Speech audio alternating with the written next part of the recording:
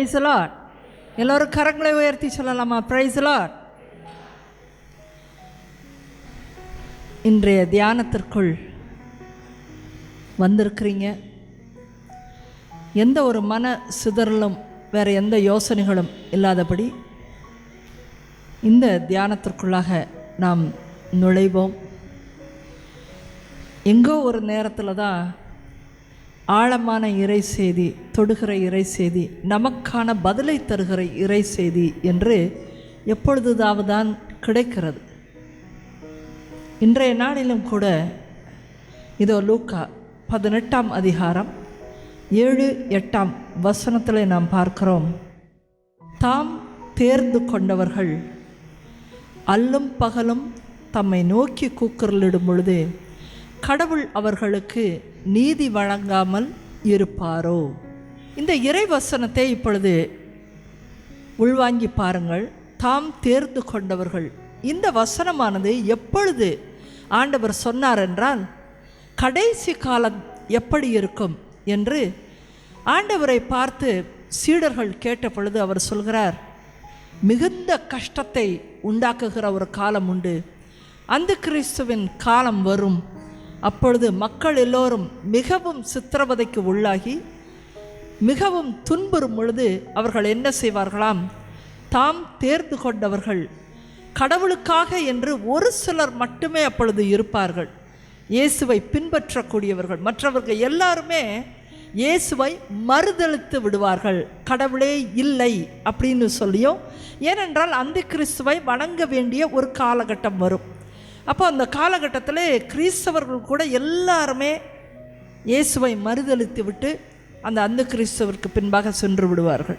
அப்போ இயேசுவை பின்பற்றுவர்களும் அந்த காலகட்டத்தில் ஒரு ரகசிய கிறிஸ்தவர்களாக தான் செயல்பட முடியும்.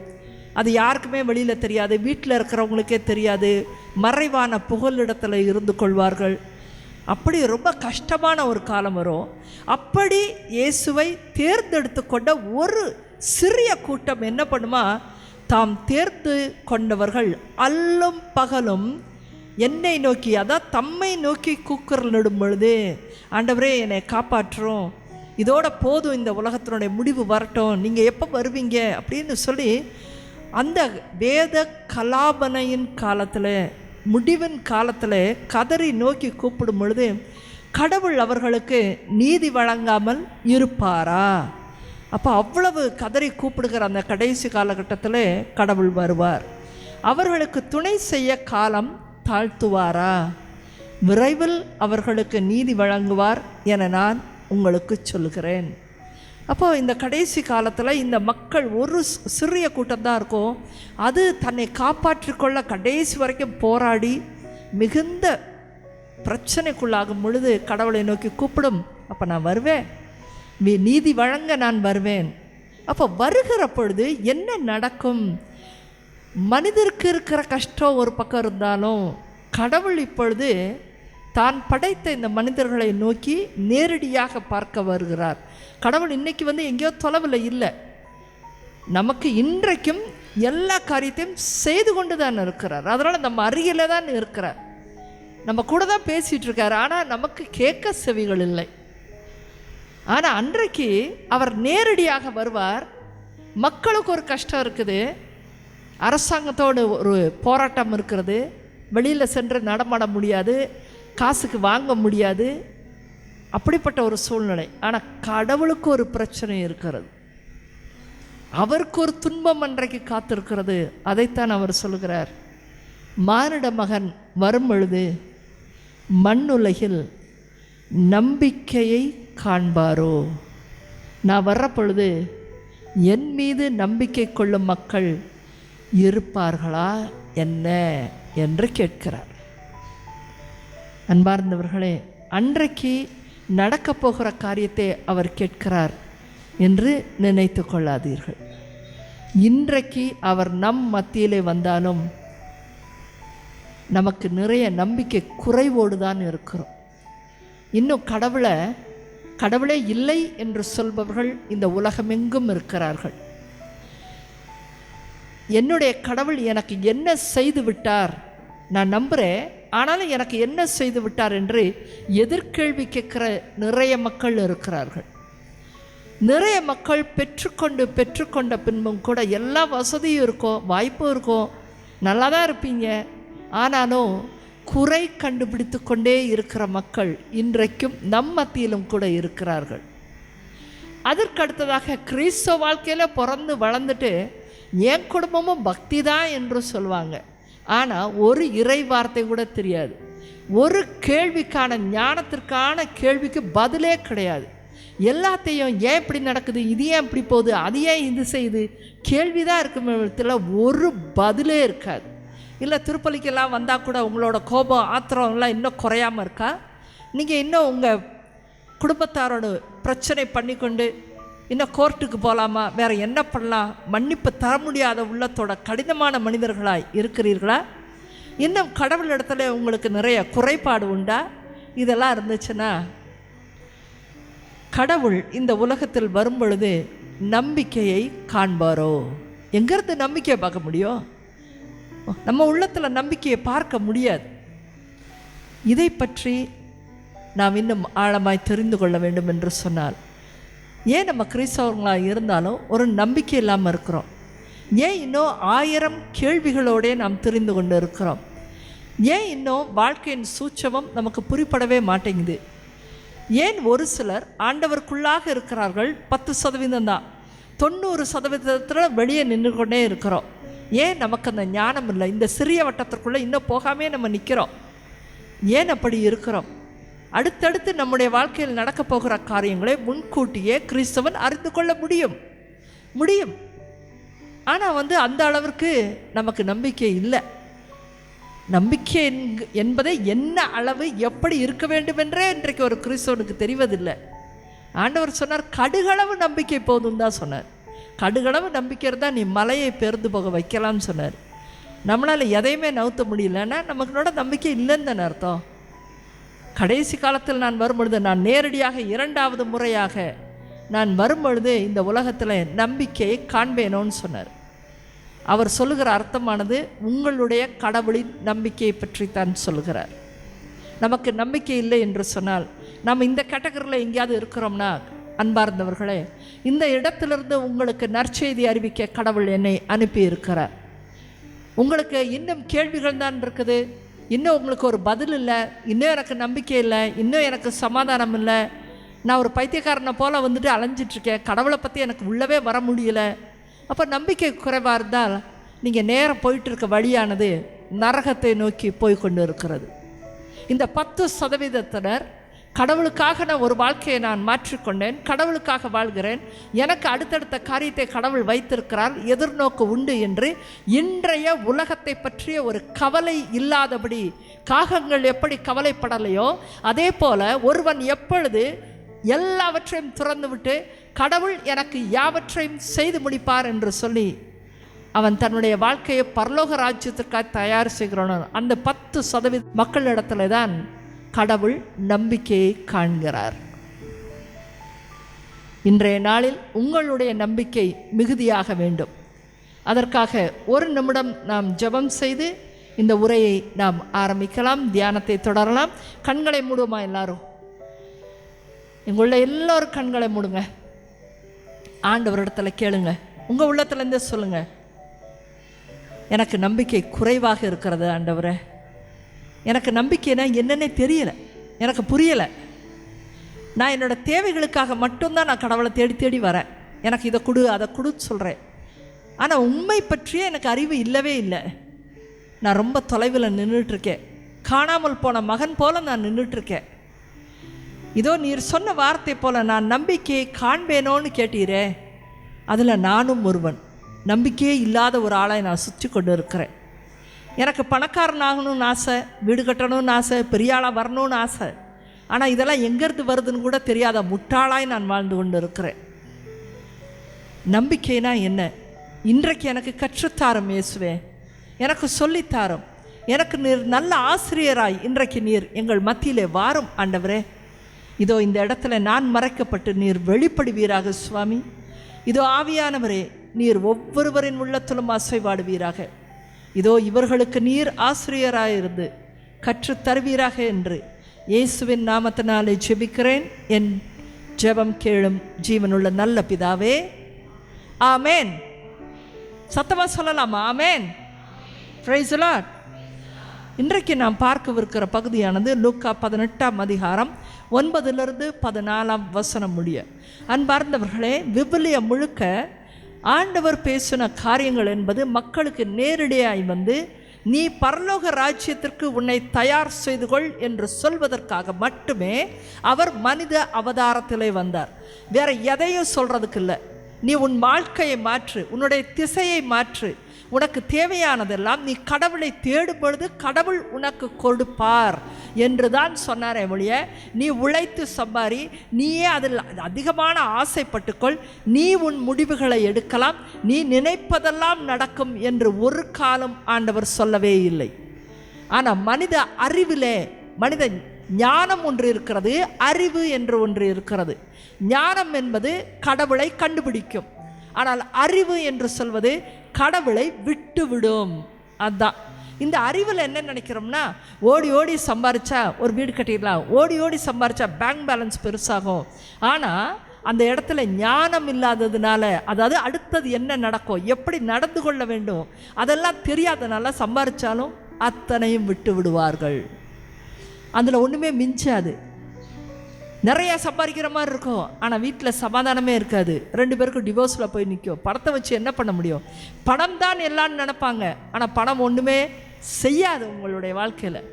இன்றைக்கி குழந்தை பாக்கியத்தையே ஒரு பணம் கொடுக்கறதில்ல. இன்றைக்கி தம்பதியர் மத்தியில் பிரித்து நிற்கிற அந்த உள்ளத்தை கொண்டவர்கள் மத்தியில் பணம் இருந்தும் ஒன்றுமே செய்வதில்லை. அது பணம் மட்டுமே வாழ்க்கை கிடையாது. அறிவு உங்களுக்கு பணத்தை நோக்கி ஓட சொல்கிறது. ஆனால் ஆண்டவர் சொன்னார், நானே ஐஸ்வர்யத்தின் தேவன் என்று சொன்னார். முதலாவதாக கடவுளுடைய ராஜ்யத்தை தேடுங்கள், உங்களுக்கு அனைத்தும் சேர்த்து கொடுக்கப்படும் என்று தான் சொன்னார். ஆனால் இன்றைக்கி கடவுளை தேடுறதை விட்டுட்டு நிறைய வியாக்கியானங்களை பேச கற்றுக்கொண்டு இருக்கிறோம், நிறைய பேசுகிறோம், நமக்கு நிறைய தெரியும் என்று பேசுகிறோம். அப்போது நிறைய தெரிஞ்சு பேசுகிறவர்களும் அமைதியாக கடவுள்கிட்ட உட்கார்ந்துருக்கவங்களும் நிறைய வித்தியாசம் இருக்கிறது. அதைத்தான் இந்த பேரபிள், இந்த ஊமையானது நமக்கு சொல்ல வருகிறது.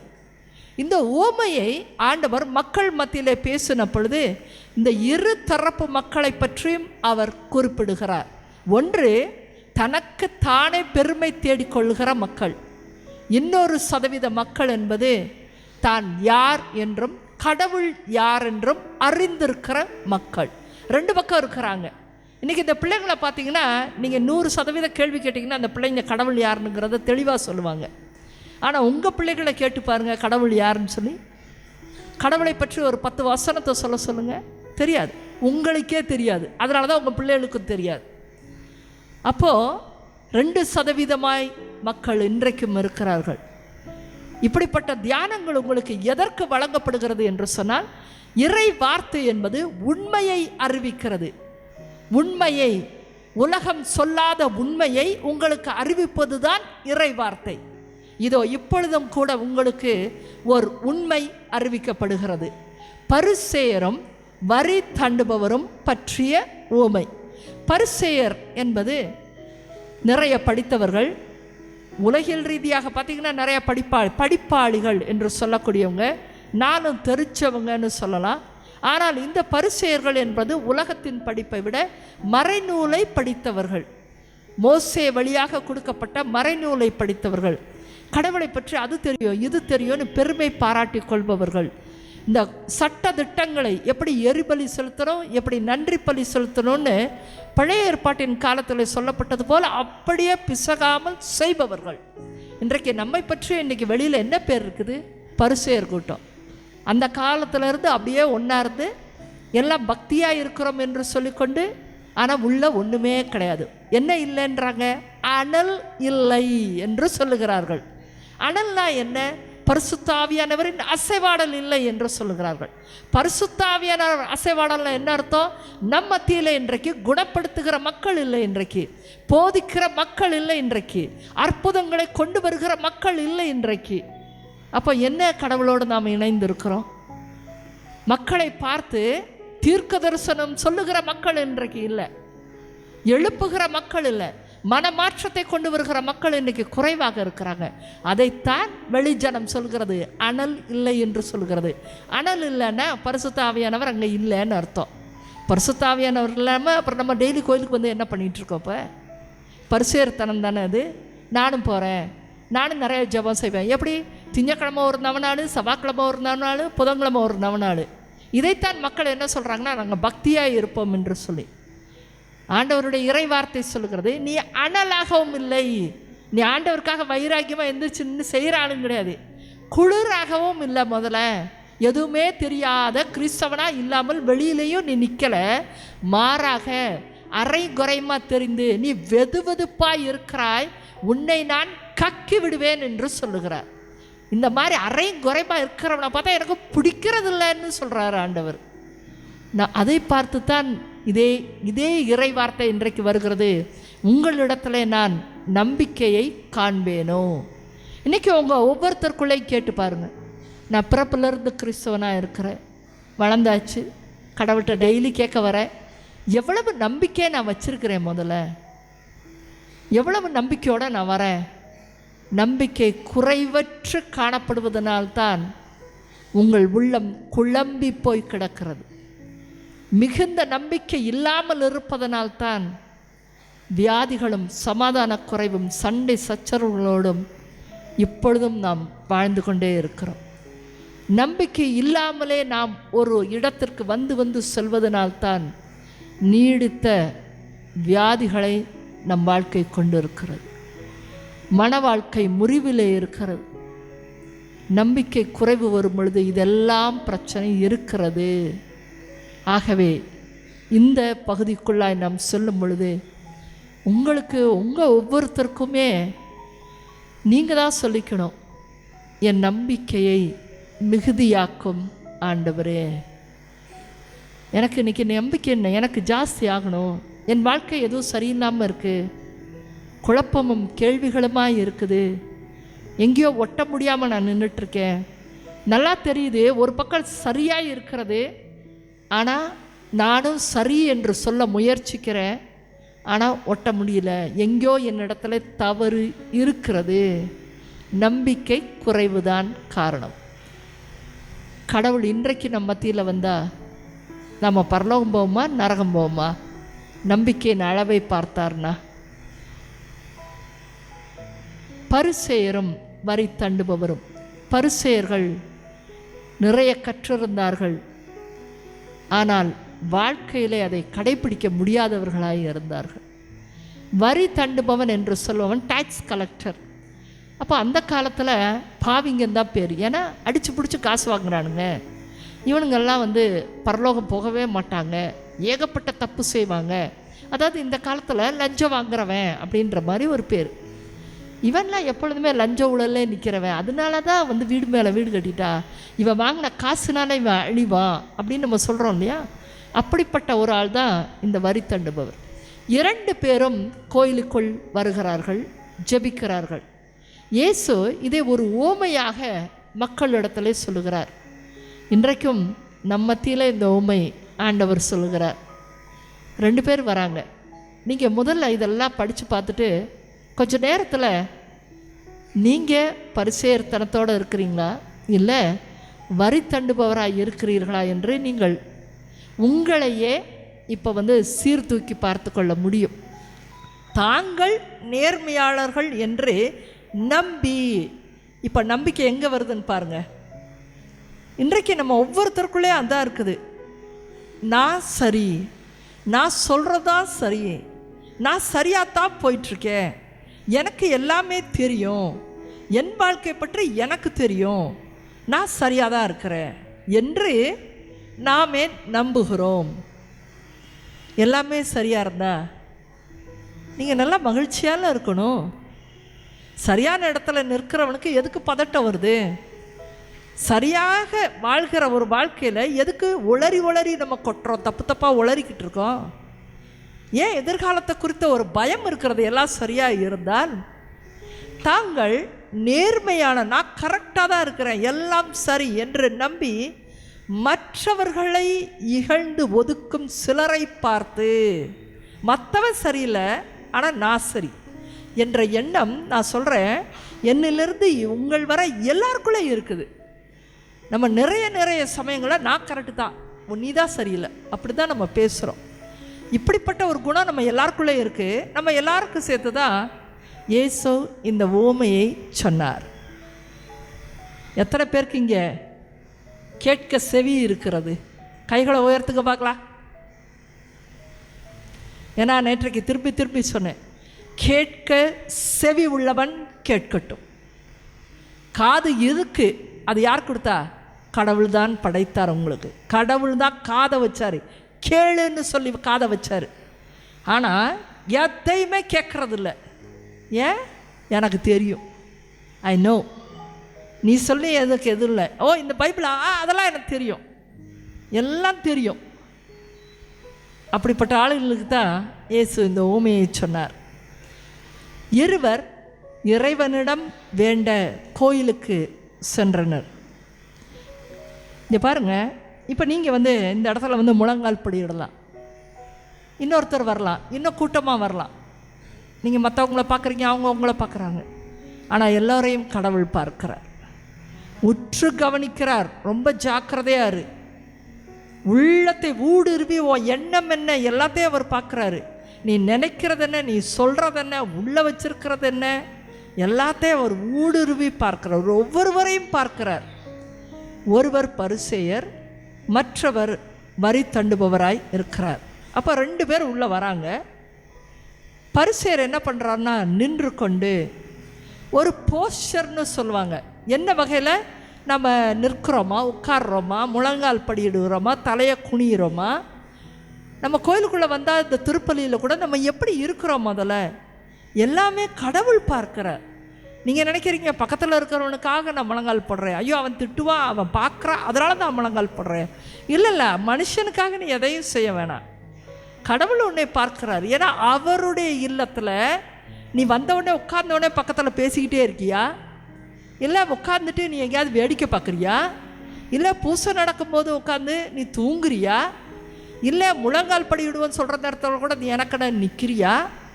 இந்த மாதிரி ப்ரைஸ் அண்ட் வர்ஷிப்பில் கைகளை உயர்த்துங்கன்னு சொல்லும் போது நீ கையை கட்டிக்கிட்டு, அவர் கொடுத்த கையை கட்டிக்கிட்டே உட்காந்துருக்கிறியா? இது மனுஷர் பார்க்கறதுக்காக யாரும் செய்ய வேண்டிய அவசியம் கிடையாது, கடவுள் பார்க்கிறார். ஏன் தெரியுமா? அவர் தான் கையை கொடுத்தார், அவர் தான் காலை கொடுத்தார். உனக்கு உள் உறுப்புக்கள் ஒவ்வொன்றையும் அவர் தான் கொடுத்தார்.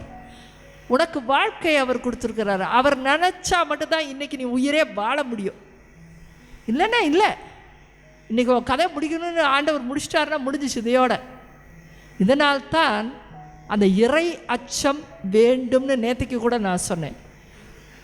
ஆண்டவரிடம் கொள்ளும் அச்சமே சத்தமா ஞானத்தின் தொடக்கம். அவர்கிட்ட இருக்கிற பயம்தான் உன்னுடைய ஞானமே அங்கே தொடங்குதுன்னு அர்த்தம். இது எத்தனை முறை ஆண்டவர் சொல்லியிருக்கிறார் இந்த இடத்துல. பரிசேயர் நின்று கொண்டு, ஏன் வசனம் ஒவ்வொரு வார்த்தையும் கொண்டு வருகிறது என்றால் நமக்கு விளங்க பண்ணுகிறது. அதை ஒருத்தன் நிற்கிறான், ஒருத்தன் உட்கார்ந்து அழுகிறான், ஒருத்தன் முழங்கால் போடுறான். அப்போ வித்தியாசத்தை பாருன்னு சொல்கிறார் அந்த இடத்துல. பரிசேயன் நின்று கொண்டு இவ்வாறு இறைவனிடம் வேண்டினார்.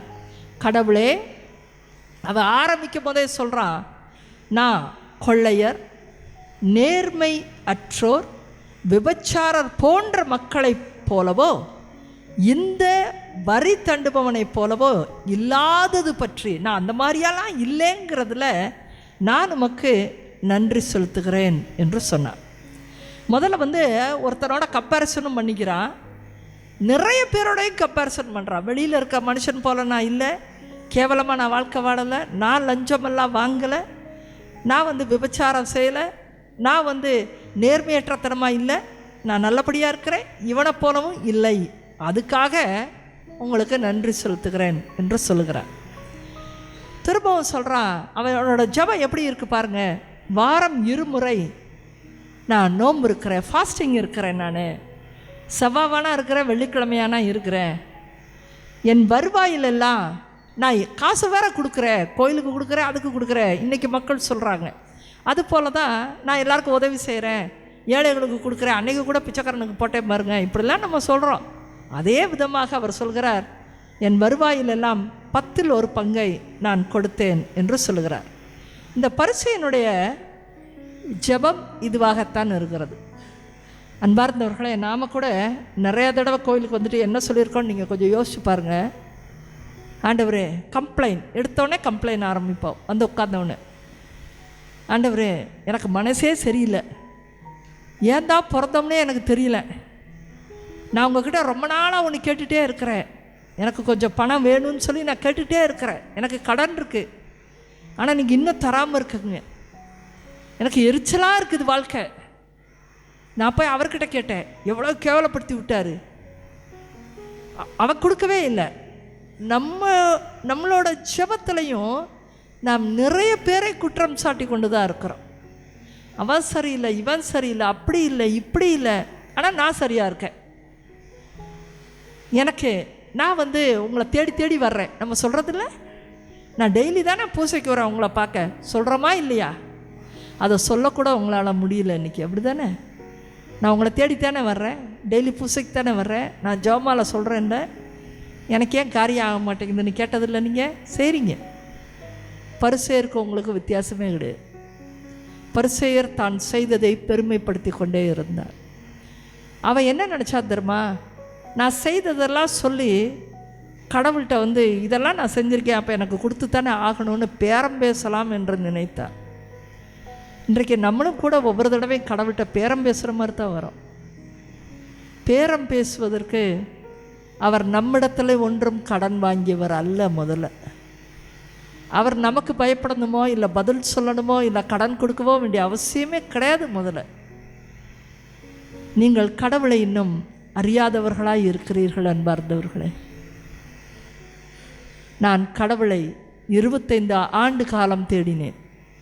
யார் உண்மையான கடவுள், எப்படி இருப்பார், என்ன பேசுவார், நம்மை எதற்காக படைத்தார், நமக்கு என்ன திட்டம் இருக்கிறது என்று சொல்லி நான் 1 நாள் 2 நாள் அல்ல, ஆழமான தேடுதல், பல மதங்களை பற்றிய புத்தகங்களை படித்து பார்த்து, பல இடங்களுக்கு நான் சென்று, பல பேரை நான் சந்தித்து, பலவிதமான கேள்விகளோடு, நான் ஆழமான கேள்விகளோடு என் வாழ்க்கை நகர்ந்தது.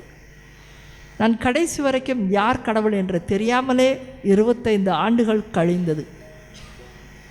ஒரு நாள் திடீரென்று சும்மா பேசிகிட்டு இருக்க வேளையில் ஒரு நொடி இப்படின்றதுக்குள்ள எனக்கு ஒரு பக்கம் செயலிழந்து பக்கவாதம் போல மூச்சு விட முடியாமல் திணறி 1 செகண்டில் நடந்துச்சு அத்தனையும்.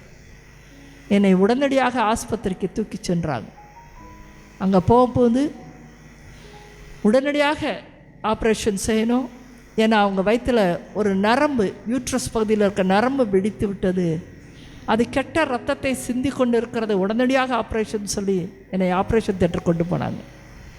அது வரைக்கும் எனக்கு நினைவு இருந்தது. சிறிது நேரம் கழித்து நான் கண்ணை திறந்து பார்க்கணுன்னு நினைக்கிறேன். அப்போ நான் நினச்சேன், ஆப்ரேஷன் தியேட்டரில் நம்மளை வச்சுருக்கலாம், ஆப்ரேஷன் சக்ஸஸ்ஃபுல்லாக இருக்குது, அதனால தான் நம்ம முழிக்கிறோம். ஒருவேளை ஆப்ரேஷன் ரூமில் இருக்கலாம், இல்லைன்னா வேறு ஒரு ரூமில் போட்டிருப்பாங்க. எப்படியோ பிழைத்து கொண்டோம், அவ்வளோதான், ஒன்றும் பெரிய விஷயம் இல்லை, கொஞ்சம் நாளில் சரியாயிடும், எந்த ஆப்ரேஷன் பண்ணாலும் 3 மாதம் சரியாயிடுவோம் அப்படின்னு நினச்சி என்னுடைய வாழ்க்கை தொடர்வதற்காய் நான் கண்களை திறந்து பார்த்தேன்.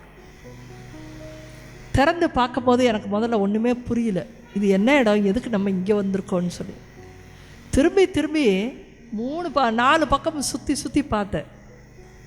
வெறும் பஞ்சு பொதிகள் தான் இருந்தது, இப்படி இடுப்பு வரைக்கும், வெறும் எந்த பக்கம் எல்லை வரை பார்க்க முடிந்தது வெறும் பஞ்சு கூட்டம். ஒரு சில நேரம் எடுத்தது எனக்கு நான் புரிந்து கொள்வதற்கு. நான் அந்த ஆப்ரேஷனிலே மரித்து போனேன். நான் இறந்து வானத்தின் நடுவிலே நான் நின்று கொண்டு இருந்தேன். அது வரைக்கும் எனக்கு கடவுள் பக்தி கிடையாது, யாரையும் நான் கடவுளாக ஏற்றுக்கொள்ளவில்லை. நான் உலகத்தின் ரீதியாக ஒரு சாஃப்ட்வேர் இன்ஜினியர், நல்ல கார் பங்களா இருந்துச்சு, பணம் இருந்துச்சு, நான் நிறைய பேருக்கு முடிஞ்ச அளவுக்கு உதவி செய்தேன். என் ஃப்ரெண்ட்ஸு சொன்ன வார்த்தை, நீ ரொம்ப உதவி செய்யக்கூடிய ஒரு நல்ல பெண் என்று சொல்லுவாங்க. இதெல்லாம் தான் எனக்கு இருந்த தகுதிகள் என்று நினைத்து கொண்டிருந்தேன். நான் எந்த பாவம் செய்யல, எனக்கு என்ன பிரச்சனை அப்படின்னு நினச்சேன் நான்.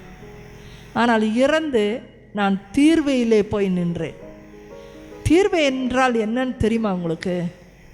லட்சக்கணக்கான ஒரு நாளில் சராசரியாக இன்றைக்கு 5 லட்சத்திலிருந்து 8 லட்சம் மக்கள் ஒரு நாளில் இறந்து போகிறார்கள். அவங்களோட மொத்த பாப்புலேஷனே கிட்டத்தட்ட 10-12 லட்சம் தான் இருக்கும் நாகர்கோயிலில். அதில் பாதி பேர் ஒரு நாளைக்கு நிற்கிறாங்க. பெரும் கூட்டம், அது பெரும் திரள், இது ஃபுல்லாக இருக்குது. நான் கொஞ்ச நேரம் அங்கே நின்ன வரைக்கும் நான் ஆண்டவரை பார்த்தேன், அதெல்லாம் சொல்கிறேன். ஆனால் அந்த கடவுளை பார்த்து திரும்புகிற வரைக்கும் அந்த ஓரத்தில் ரொம்ப கடைசியில் ஒரு வானதூதரை பார்த்தேன். அவர் ஏதோ சொல்லுகிறார், அந்த இடத்துல இருக்கிற மக்களுக்கு ஏதோ நடக்கிறது, ரொம்ப தொலைவு. ஒருவர் கூட மேலே போனதாக நான் பார்க்கவே இல்லை. எல்லாரும் அந்த பக்கம் விழுந்தாங்க, அப்படி விழுந்தாங்க. அதான் எண்டு, அதுக்கு கீழே ஏதோ பாதாளம் இருப்பது போல் இருக்குது, அந்த பக்கமே விழுந்தாங்க. நான் காட்சி பார்த்தவரை அத்தனை பேர் கீழே விழுந்தான். நம்பிக்கை இல்லாமல் உட்கார்ந்து இருக்கிறீர்களா? வெறும் இத்தனை வருட காலம் வாழ்ந்தும் வெறும் கேள்விகளோடு உட்கார்ந்து இருக்கிறீர்களா? பரிசேயர்கள் போல வாழ்ந்து கொண்டு இருக்கிறீர்களா? சிறிய வாழ்க்கை தான் நம்ம வாழ வந்திருக்கிறோம். இந்த வாழ்க்கை சிறிது நாட்களுக்குள்ளே முடிவடையும் என்று இன்னும் புரியாமல் உட்கார்ந்துருக்கிறோமா? விழுந்து போவோம். நரகத்திற்குள் எவ்வளவு நாள் இருப்போம்? நித்தியத்திற்குமாய் இருக்க போகிறோம். உங்கள் எல்லாத்துக்கும் ஒரு அலாம் அடிக்கிறது தான் இன்றைக்கி நான் வந்திருக்கிறேன். அதுதான் என்னுடைய வேலை. நான் இறுதி நாளில் வரும் பொழுது நம்பிக்கையை காண்பேனோ என்று ஆண்டவர் சொல்கிறார்.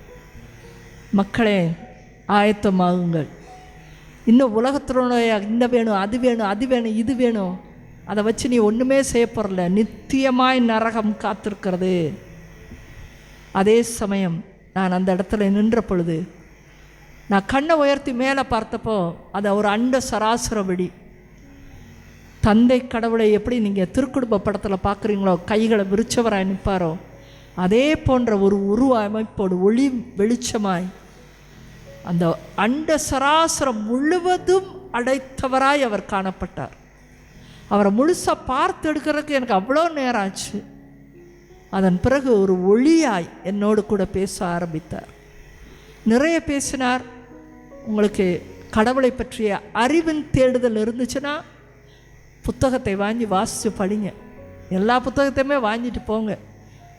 உங்களுடைய இறை அச்சம், நம்பிக்கை மிகுதியாகும். நாங்கள் இவ்வளோ பேர் சும்மா வரல. நாங்கள் பெரியதொரு மன மாற்றத்தை கொடுக்க முடியும். உங்களுடைய வாழ்க்கை வீணாய் நரகத்தில் விழாதபடிக்கும் உங்களை காப்பாற்றுவதற்காக நாங்கள் வந்திருக்கிறோம். ஒவ்வொரு ஊழியரும் அதுக்காக தான் இவ்வளோ பிரயாணப்பட்டு சேர்ந்துருக்கிறாங்க. இது ஒரு மற்ற நற்செய்தி போல் எதையோ உன்னை கேட்டுட்டு போயிட்டே இருக்கலாங்கிற நற்செய்தி இல்லை. உன்னுடைய வாழ்க்கை குறித்த அது செய்தி, அது கடவுளிடமிருந்து வருகிற செய்தி. அது காலம் ரொம்ப அப்படியே உட்கார்ந்துருக்க முடியாது. நமக்கு எந்த நேரத்தில் நம்ம கடவுள் முன்னாடி தீர்வைக்கு போவோம்னே சொல்ல முடியாது. எனக்கு ஒரு முட்டாள்தனமான எண்ணம் இருந்தது, வயதானால்தான் சாவார்கள் என்று நினைத்து கொண்டேன். உங்களுக்குள்ளே அப்படி தான் இருக்கலாம். இன்றைக்கு நம்மளாம் சின்ன வயசு, 30 வயசு 40 வயசு அதெல்லாம் போக மாட்டோம். 20 சாக மாட்டோம். 80 வந்தால் தான் சாவோம். யார் சொன்னா? எந்த நிமிடத்திலும் சாவு நமக்கு வரலாம். இது நிலையற்ற வாழ்க்கை. கடவுள் நிறைய காரியம் என்னோடு கூட பேசினார். உங்களுக்கு ஒன்றை நான் அறிவிக்கிறேன். ஏன்னா இருக்கிறதே 1 மணி நேரம் தான். அதனால் அவர் பேசின காரியத்தில் ஒன்றை அறிவிக்கிறேன். மற்றதெல்லாம் புக்கை வாங்கி படிங்க. நீங்கள் கடவுள் நம்மை தூசியிலிருந்து உண்டாக்கினார். நம்மளோட பிறப்பிடமே தூசி. முதல்ல வெறும் இந்த தூசி தான் அப்படி பறக்குதுல, அதில் ஒரு தூசி எடுத்தது தான் நம்மெல்லாம். அங்கு தான் நம்ம பிறந்தோம். இவ்வளோதான் நம்மளோட ஒரிஜினாலிட்டி. அதனால தான் தாவீது சொல்கிறார், நான் தூசியிலும் தூசியுமாக இருந்தேன் என்று சொல்லுகிறார். திருப்பாடல் 103 தூசியிலிருந்து என்னை என்ற வார்த்தையை நாம் பார்க்க முடிகிறது. ஏனென்றால் அண்ட சராசரம் எங்கும் தூசி தான் இருக்கிறது. அதிலிருந்து நாம் மனிதனே நீ மண்ணிலிருந்து புறப்பட்டாய் என்று சொல்லுகிறோம். தூசி, we are all from dust. கடவுள் எனக்கு சொன்னார், தூசியை எடுத்து உனக்கென்று ஒரு பெயரை கொடுத்து ஒரு தூசியை மனிதனாக அவர் உருவாக்குகிறார். இந்த அண்ட சராசர தூசியிலிருந்து இன்றைக்கி 6 அறிவு படைத்த ஒரு மனிதனாக நம்ம மாறி இருக்கிறோம்னா, கடவுள் அதை குரங்கா மாற்றிருக்கலாம், ஒரு பூவாக மாற்றிருக்கலாம், ஒரு செடியாக மாற்றிருக்கலாம், ஒரு பறவையாக மாற்றிருக்கலாம். மாற்றுறார். அவர் தூசியிலிருந்து தான் எல்லாவற்றையும் உண்டாக்குகிறார். அவர் ஒவ்வொன்றையும் உருவாக்குகிறார். உன்னையும் என்னையும் கூட உருவாக்கி இருக்கிறார். ஆமென். அப்போ ஒரு தூசி எடுத்து மனிதன் என்று சொல்லும்படி ஒவ்வொரு மனிதனுக்குள்ளேயும் ஒரு நலமான திட்டம், நல்ல திட்டத்தை வைத்து, நல்ல திட்டம்னா என்ன? நீ எந்த வேலைக்கு வேணாலும் போகலாம், சமுதாயத்திற்கு ஒரு உதவியாக இருக்கும்படி, மற்ற மனிதர்களை நேசிக்கும்படி 2 கட்டளைகள். ஒன்று, எல்லாவற்றுக்கும் மேலாக உன் கடவுளை நேசிக்கும்படி. மனிதனுக்குள்ள நல்ல திட்டமே அவ்வளோதான். நீ கடவுளை எல்லாவற்றுக்கும் மேலாக நேசிக்கும்படி. 2வதான கட்டளை, உன்னை நீ நேசிப்பது போல பிறனையும் நேசிப்பது. இதை செய்வது தான் நலமான திட்டம். இதுக்கு நீ ஒரு சாஃப்ட்வேர் இன்ஜினியராக இருக்கலாம், நீ சிவில் இன்ஜினியராக இருக்கலாம், நீ மெக்கானிக்கல் இன்ஜினியராக இருக்கலாம், நீ கொத்தனாராக இருக்கலாம், ஒருத்தர் நர்ஸாக இருக்கலாம், ஒருத்தர் டீச்சராக இருக்கலாம், என்ன வேணாலும் இருக்கலாம். எல்லாருக்கும் ஒரே கட்டளை தான், முடிஞ்சு போச்சு. உன் கடவுளை முதல்ல கண்டுபிடி. முதல்ல நீ எப்படி உண்டானா என்று நீ கண்டுபிடி. முதல்ல உன் தேவனிடத்தில் உனக்கு ஒரு இறையச்சம் வரட்டும். அதுதான் எல்லாவற்றுக்கும் மேலாக, எல்லாவற்றுக்கும் மேலாக உன் கடவுளை நேசி என்று சொன்னார். உன்னை மட்டும் பார்க்காத, நான் மட்டும் வீடு கட்டணும், கார் கட்டணும், எனக்கு எனக்கு எனக்கு நிறுத்து. முதல்ல அடுத்தவனே கொஞ்சம் பாரு, என்ன இருக்குதோ பகிர்ந்து கொடு. ஏன்னா நான் அன்றைக்கு கடவுளுக்கு முன்பாய் நின்ற பொழுது காற்றை போல இருந்தேன் அந்த இடத்துல. எவ்வளவுனா அவ்வளவு மோசம். நீங்கள் வெயிட் பார்த்தீங்கன்னா அது மைனஸில் காமிக்கும், ஏன்னா வெயிட்டே இல்லை அதில். எவ்வளவு லேசாக நாம் இருக்கிறோம் என்று சொன்னால் எதையுமே நீங்கள் தூக்கிக்கிட்டு போக முடியாது. இவ்வளவு தூரம் ஓடுறோம், உலகத்தின் அப்படியே பகுதியில் ஓடுறோம். எண்ணமான எண்ணம், எவ்வளவு கேள்வி, எவ்வளவு புலம்பல், எவ்வளவு சண்டை, மனக்கசப்பு. ஆனால் கடைசியில் எல்லா மனிதர்களும் இறக்கும் பொழுது ஒரு வெயிட்டு கூட இல்லை. அப்படி காத்தோட காத்தா, மண்ணுலேருந்து வந்தவன் தானே, மண்ணு போல பறப்பான் அவன். ஒன்றை கூட எடுத்துகிட்டு போக முடியாது.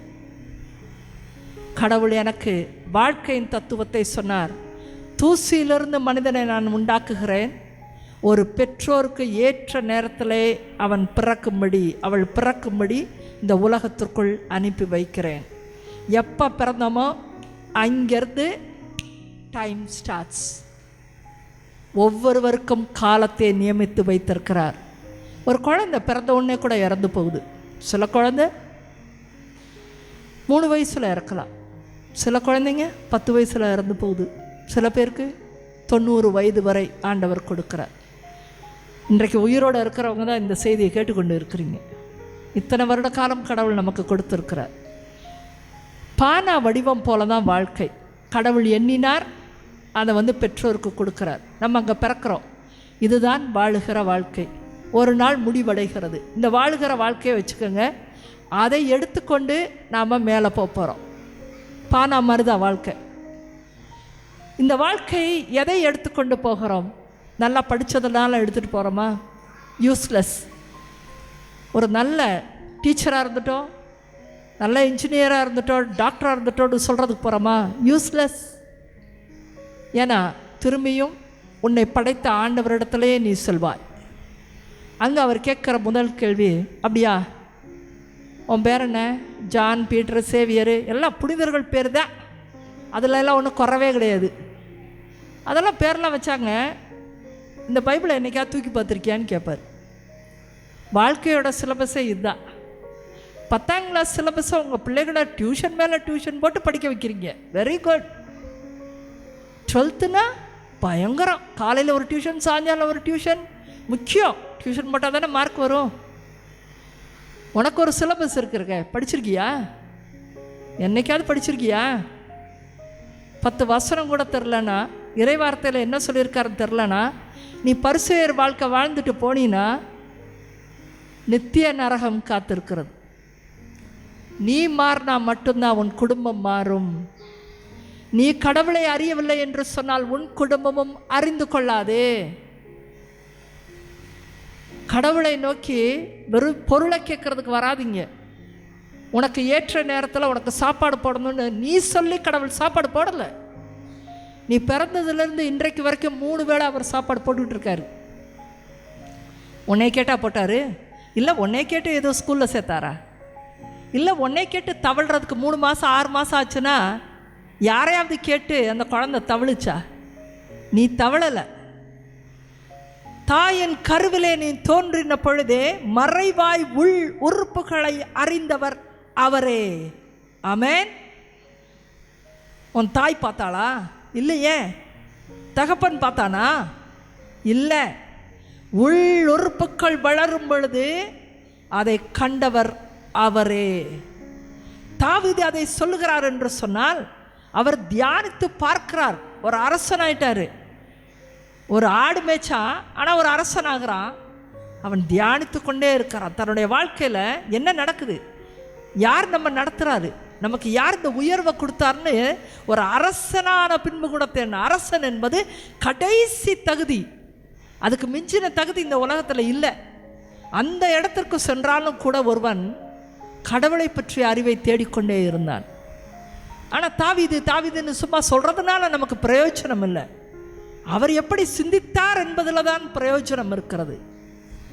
அவர் சொல்லுகிறார், தாயின் கருவிலே நான் உண்டான பொழுதே ஒவ்வொரு உள்ளுறுப்பையும் கவனித்தவர் நீரே. நான் இன்றைக்கும் அமர்வதையும் எழுவதையும் எண்ணுவதையும் அறிந்திருப்பவர் நீரே. கடவுள்லாம் யாருன்னு முதல்ல தெரிஞ்சிருக்கணும். நமக்கு நம்ம இந்த வாழ்க்கையிலே வாழும் பொழுது உண்மையான கடவுளை அறிந்து கொள்வதற்கும் இயேசுதான் ஒரே ஆண்டவர் என்று ஆழமாய் அறிந்து கொள்வதற்கும் அவரை பற்றிய அறிவை நாம் வளர்த்து கொள்வதற்கும் அவரின் மேல் அதீத நம்பிக்கையை நாம் வளர்த்து கொண்டு மீண்டும் கடவுளிடத்திலே நாம் தீர்வையிலே நிற்கும் பொழுது நம்ம பாஸ் ஆகணும். இந்த கட்டளைகளை கடைபிடித்து சென்றால்தான் நம்ம பாஸ் ஆவோம். நீங்கள் வாழ்க்கையில் வச்சிருக்க பணத்தினால் ஆகவே முடியாது. நீ இங்கே உட்காந்து பிரச்சனை மேலே பிரச்சனை பண்ணி சத்தம் போட்டு மனசமாதானம் இழந்து நீ ட்ராமா பண்ணி உன்னுடைய ஆசைகளுக்கு ஏற்ப சினிமாவை பார்த்து இன்றைக்கு உலகம் குட்டி சவராக இருக்கிறது. இன்றைக்கு திருமணத்தில் எங்கே திரும்பினாலும் ஆடம்பர திருமணத்துக்கு ஒன்றும் குறைவில்லை. அதிகமான விஷயம் என்ன நடக்குது உங்கள் மத்தியில்? டைவர்ஸ். உங்கள் பிள்ளைகளெல்லாம் கல்யாணம் பண்ணுறாங்க, 6 மாதத்தில் வெளியே வராங்க, சக்குன்னு வெளியே வராங்க.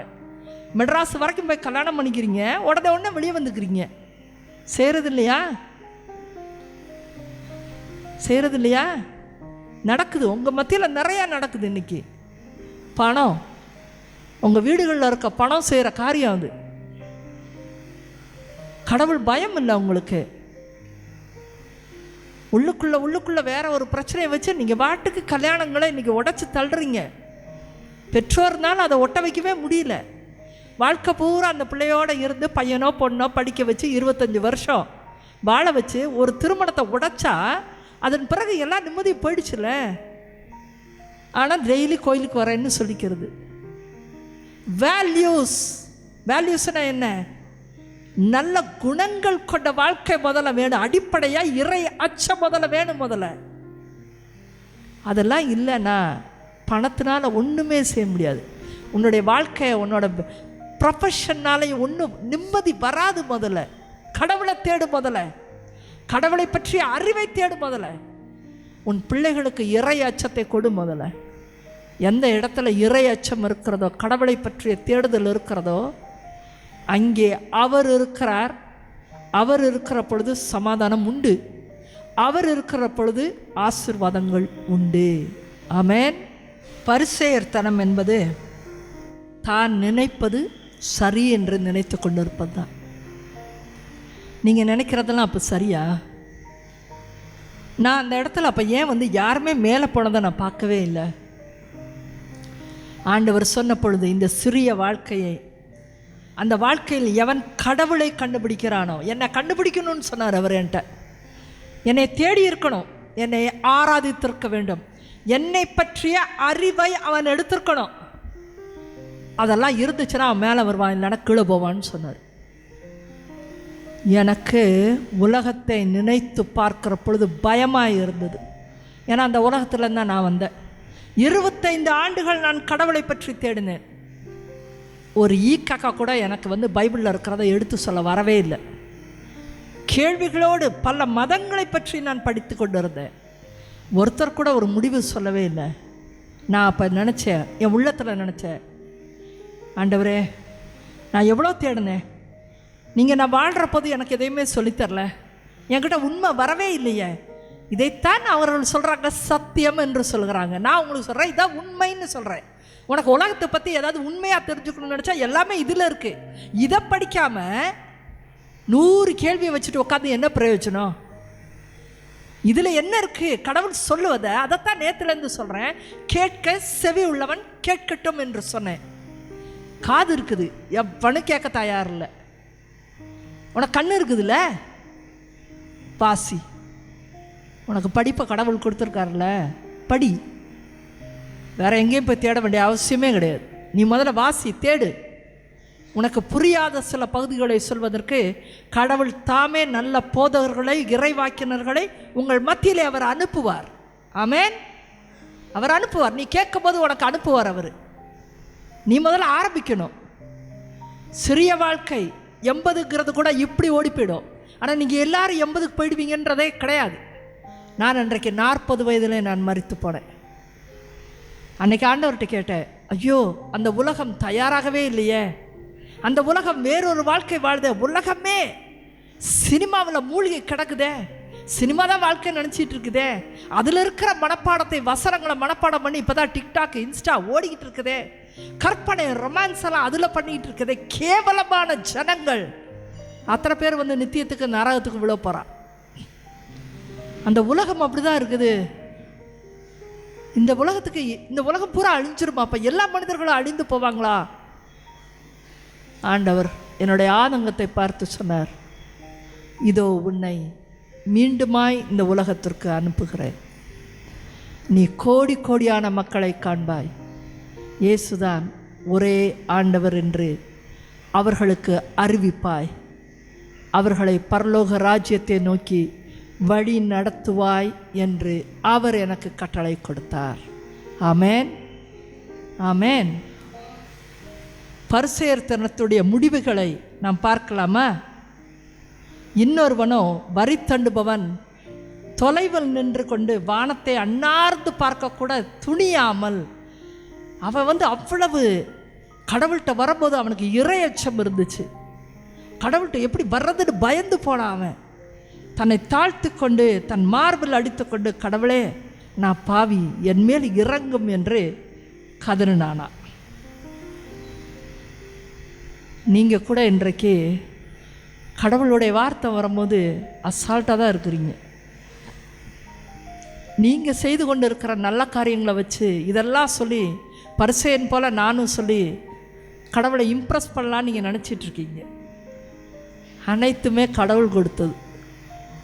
இந்த பரிசேயர் தனத்தை பார்த்து, மேட்டுமையாக இருக்கிற மனிதனை பார்த்து ஆண்டவர் விருப்பம் கொள்வது இல்லை. மேட்டுமையான மக்களை, மேட்டுமை இருக்கிற இடத்துல ப்ரைடு, எனக்கு எல்லாம் தெரியும், நான் சொல்கிறதா சரின்னு சொல்கிறவனை பார்த்து ஆண்டவர் விலகி போகிறார். அவர்களை அழிவுக்கென்று விட்டு விடுகிறார். அவர் விலகி போயிடுவார்.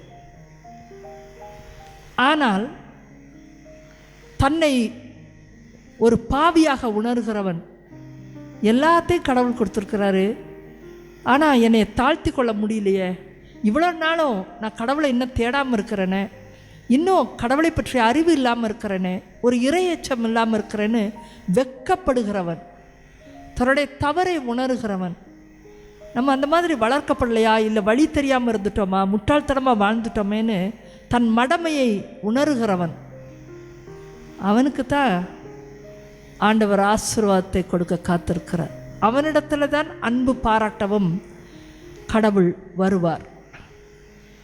யார் தன்னை தாழ்த்தி கொள்கிறானோ அவன் நான் உலகத்தில் அப்படி செஞ்சேன் இப்படி செஞ்சேன்னு சொல்லி இம்ப்ரெஸ் பண்ண வேண்டிய அவசியமே கிடையாது.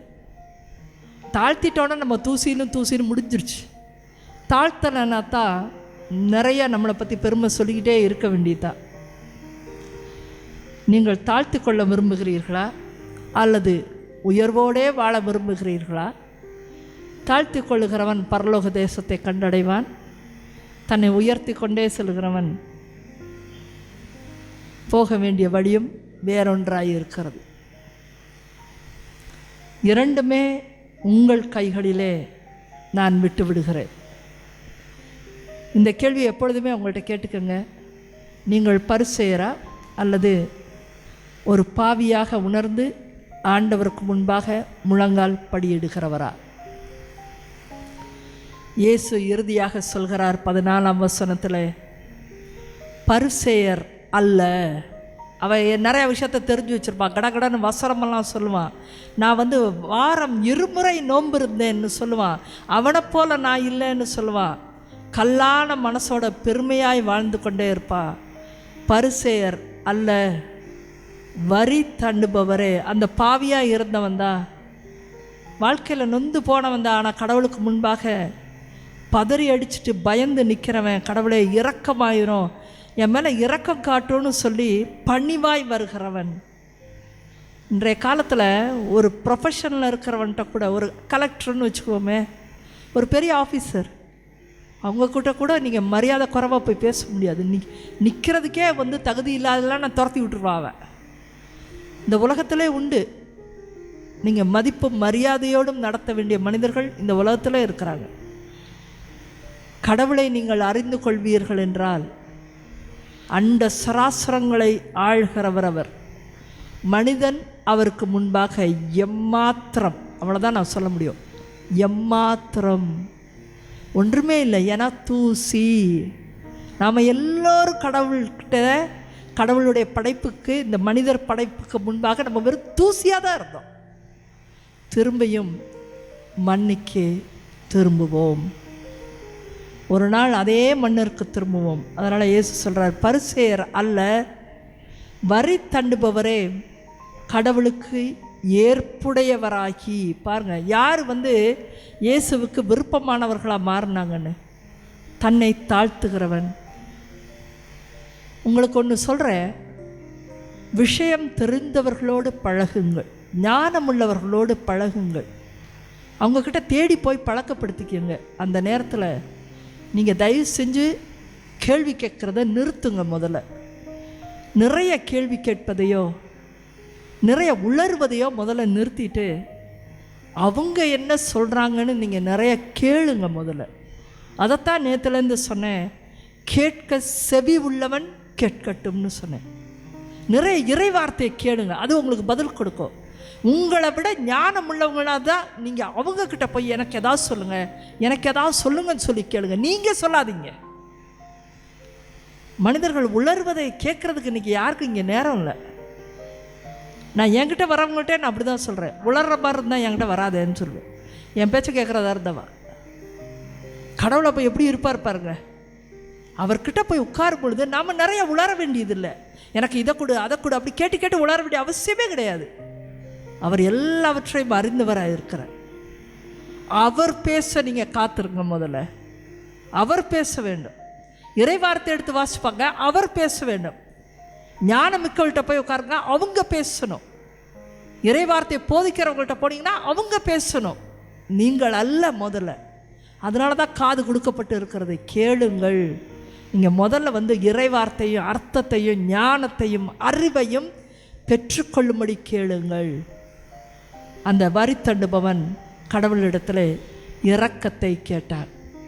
ஆண்டவரே, நீங்கள் மட்டும்தான் இரக்கம் காட்ட முடியும், உலகத்தில் யாரும் இரக்கம் காட்ட மாட்டா, நீங்கள் இரக்கம் காட்டுங்கன்னு கேட்டால் அவன்தான் கடவுளுக்கு பிரியமானவனாக வீடு திரும்பினான். ஏனெனில் இந்த வசனம் ரொம்ப ரொம்ப முக்கியமான வசனம். லூக்கா 18:14 வசனம். தம்மை தாமே உயர்த்துவோர். இந்த உலகத்தில் நான் தான் பெரிய ஆள், எனக்கு தெரியும், நான் சொல்கிறத எல்லாரும் கேட்கணும், எனக்கு என்னன்னு உட்காந்து எல்லாம் பெரியவங்க மாதிரி பரிசேர்த்தனத்தோடு நடந்துக்கிறவங்க ஒரு நாள் தாழ்த்த பெறுவர். அதீத பாதாளத்திற்குள்ளாக வரைக்கும் தாழ்த்த பெறுவார்கள். அன்றைக்கு யாரும் வரமாட்டாங்க நம்மளை கை தூக்குறதுக்கு. இந்த உலகத்தின் நாட்களிலேயே அதுக்கு தான் இந்த தவக்காலம் கொடுக்கப்பட்டிருக்கு. நம்மக்கிட்ட இன்னும் தாழ்ச்சி வரல, இன்னும் ஆண்டவர்கிட்ட ஒரு இறையச்சம் வரல. அது வரலன்னு நீங்கள் நினச்சிங்கன்னா, நம்பிக்கை இன்னும் வளரலன்னு நினச்சிங்கன்னா, நிறைய மாறுவதற்கு தயார்படுத்துங்கள் உங்களை. திருச்சபை அதுக்கு தான் அந்த தவக்காலத்தையும் தியானத்தையும் உங்களுக்கு அருளுகிறது. இது ஆண்டவருடைய வார்த்தை, அதுதான் நிலைத்து நிற்கும். உங்களுடைய அடுத்த வாழ்க்கைக்கும் இந்த வார்த்தை தான் உங்களை இட்டு செல்லும், வழி நடத்த போகிறது. உலகத்தில் நீங்கள் வேறு எந்த புஸ்தகத்தை படித்தாலும் இந்த வாழ்க்கைக்கு அடுத்த வாழ்க்கையை அது சொல்லாது. இறை வார்த்தை மட்டுமே உங்களுக்கு வழி காட்டுகிறது. டார்ச் லைட்டை போட்ட மாதிரி காமிக்குது. தம்மை தாமே உயர்த்துகிறவன் தாழ்த்த பெறுவான், தம்மை தாமே தாழ்த்துவோர் உயர்த்த பெறுவர் என நான் உங்களுக்கு சொல்கிறேன் என்று சொல்கிறார். பிலிப்பியர் 2ஆம் அதிகாரம் 12-13 வசனங்களை பார்ப்போம். நீங்கள் அச்சத்தோடும் நடுக்கத்தோடும் உங்கள் மீட்புக்காய் உழைத்து வாருங்கள். இனி இந்த தியானத்திற்கு பிறகு உங்களுடைய வாழ்க்கை பரலோகம் நோக்கி செல்வதாக இருக்கட்டும். அதுதான் தேவை. 2 கார் 2 பங்களா கிடையாது. முதல்ல பரலோகம் போகிறதுக்கு வழியை பாருங்கள். அதுக்கு இருக்கிற வாழ்க்கையை பயன்படுத்தி கொள்ளுங்கள். கால் இருக்கும் போது கடவுளை நோக்கிய இடங்களுக்கு பயணம் செய்யுங்க. கண் இருக்கும் பொழுது நிறைய கடவுளை இறை வார்த்தையை வாசித்து முடியுங்கள். காது இருக்கும் பொழுதே நிறைய இறை வார்த்தையை கேளுங்கள். முதல்ல இதெல்லாம் ஏதாவது ஒன்று விழுந்துருச்சுன்னா அதன் பிறகு நீங்கள் எதையுமே செய்ய முடியாது. அதெல்லாம் திரும்பி கொண்டே வர முடியாது. இந்த நாட்களை பயன்படுத்தி கொள்ளுங்கள். நீங்கள் அச்சத்தோடும், இறை அச்சம் வேணும். கடவுளை ஒரு நாள் நம்ம பார்க்க போகிறோங்கிற பயம் இருக்கணும். நடுக்கத்தோடும் நீங்கள் பரலோகம் போவதற்காய் உழையுங்கள். ஏனெனில் கடவுளே உங்களுக்குள் செயலாற்றுகிறார். ஏன்னா அவர் கொடுத்ததா எல்லாமே. அவரே தம் திருவிழப்படி அவருக்கு என்ன விருப்பமோ நீங்கள் செயல்படுத்துவதற்கான விருப்பத்தையும் ஆற்றலையும் தருகிறார். நீ என்ன விரும்புறியோ அதுக்கேற்ற மாதிரி கடவுள் விட்டு விடுவார் என்று இந்த வசனம் சொல்கிறது. நீ பரலோகம் போகணுன்னு ஆசைப்படுறியா? இல்லை நான் இந்த உலகில் வாழ்க்கையிலே இருந்து ஒரு மாற்றமும் உள்ளே கொண்டு வராமல் பரிசேயர் வாழ்க்கை வாழ்ந்து வேறு பக்கம் போகிறாமா? உனக்கு என்ன விருப்பமோ அதைத்தான் ஆண்டவர் செய்ய போகிறார். குடும்பத்தில் ஒருத்தர் மனம் மாறினால்தான், கடவுளை பற்றிய அறிவை பெற்றுக்கொண்டால்தான், அது ஒருவர் கணவனோ இருக்கலாம், மனைவியாக இருக்கலாம், அப்போ தான் மற்றவரும் சரி அடுத்து வருகிற பிள்ளைகளும் மீட்பை அடைவார்கள். 2 பேருக்குமே கடவுளை பற்றிய ஞானம் இல்லைன்னு சொன்னால் அடுத்து வரப்போகிற பிள்ளைகள் இன்றைக்கு இந்த உலகத்தில் எப்படி கெட்டு சீரழிகிறார்கள் என்பதை நீங்கள் பார்க்குறீங்க. அதனால் இன்றைக்கு நீங்கள் தான் வந்திருக்கிறீர்கள் என்றால் கடவுள் உங்களிடத்திலே தான் பேசுகிறார், உங்களை பார்த்து தான் சொல்லுகிறார். சிறிய காலமே இருக்கிறது, நான் வரும் நேரத்தில் நான் நம்பிக்கையை பார்ப்பேனோன்னு ஆண்டவர் கேட்டார். நம்மக்கிட்ட என்ன நம்பிக்கை இருக்குதுன்னு யோசிச்சு பாருங்கள். பரிசேர்த்தனம் இருந்தால் நம்பிக்கை வராது, அது வரவே வராது. அந்த நம்பிக்கை எங்கே திரும்ப போயிடும்? தன் மீது போய்விடும். நான் சரியாக இருக்கிறேன் அந்த நம்பிக்கையில் போயிடும். நான் செய்வதெல்லாம் சரி என்று அந்த நம்பிக்கையிலே போயிடும். கடவுள் மீது நம்பிக்கை வைக்காமல் தன் மீது நம்பிக்கை வைக்கிற மனிதன் ஐயோ பாவம். எல்லாவற்றுக்கும் கடவுளை சார்ந்திருக்க நாம் கற்றுக்கொள்வோம். முழங்கால் படியிடலாமா?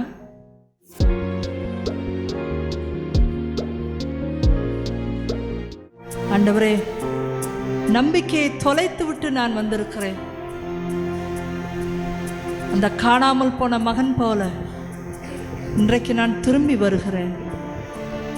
தொலைந்த என் நம்பிக்கையை எனக்கு மீட்டெடுத்து தாரும் என்று சொல்லி கேட்கலாமா? நான் உம்மை விட்டு தூர போயிருக்கிறேன். ஆனாலும் கூட இன்றைக்கு அருகிலே வர நான் பிரியப்படுகிறேன். என்னிடத்துல பேசும் ஆண்டவரே என்று சொல்லலாமா?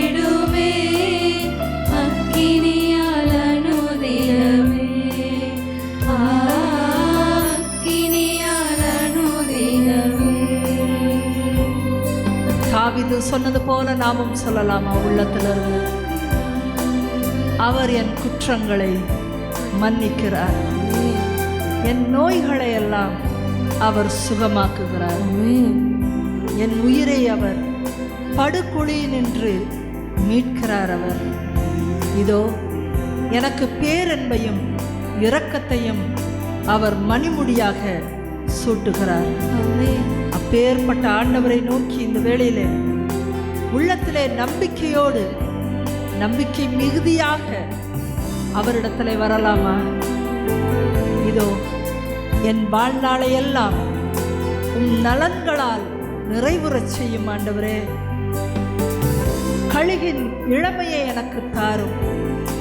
இன்றைய நாளில் உங்ககிட்ட உடம்புல எவ்விதமான வலிகள், கட்டிகள், வேதனைகள் நாள்பட்ட விதமாக இருந்தாலும் நீங்க நம்புங்க. நம்பிக்கையை காண்பேனோன்னு கேட்டாரே ஆண்டவர். இந்த வேளையில நம்பிக்கையோடு, நாம விட்டு ரொம்ப தூரமா போயிருந்தேன், ஆனால் இன்றைக்கு மீண்டும் என்னை தாழ்த்தி கொண்டு வருகிறேன் ஆண்டவரே. என்னுடைய நோய்களை எல்லாம் நீர் தீர்த்து விடும் சுவாமி. என்னுடைய நோய்கள் எல்லாம் நீர் ஏற்கனவே சிலுவையிலே நீர் சுமந்து விட்டீர், நான் நம்புகிறேன்னு சொல்லுங்க. அந்த நம்பிக்கையோடு ஆண்டவரிடத்துல வரலாமா? இதோ ஆண்டவர் நம்மை அன்போடு இரக்கத்தோடு காண்கிறவர். அவரிடத்துல இரக்கமும் அருளும் எப்பொழுதும் உண்டு. அவரிடத்துல நீடிய பொறுமையும் பேரன்பும் உண்டு. நம்புவோமா? ஆண்டவரிடத்துல மன்னிப்பு உண்டு. இந்த தவ நாட்களில நாம் செய்திருக்கிற அநேக பாவங்கள்ல முக்கியமானது அந்த இறையச்சம் இல்லாம வாழ்றது தான்.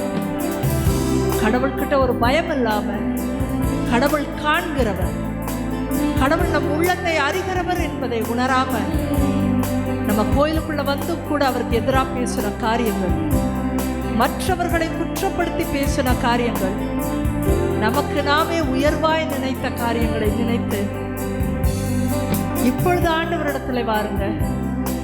இதோ நம் நற்கருணை நாதர் உங்கள் குற்றங்களை எல்லாம் மன்னித்து உங்களை ஏற்றுக்கொள்ள அவர் தயாராயிருக்கிறார்.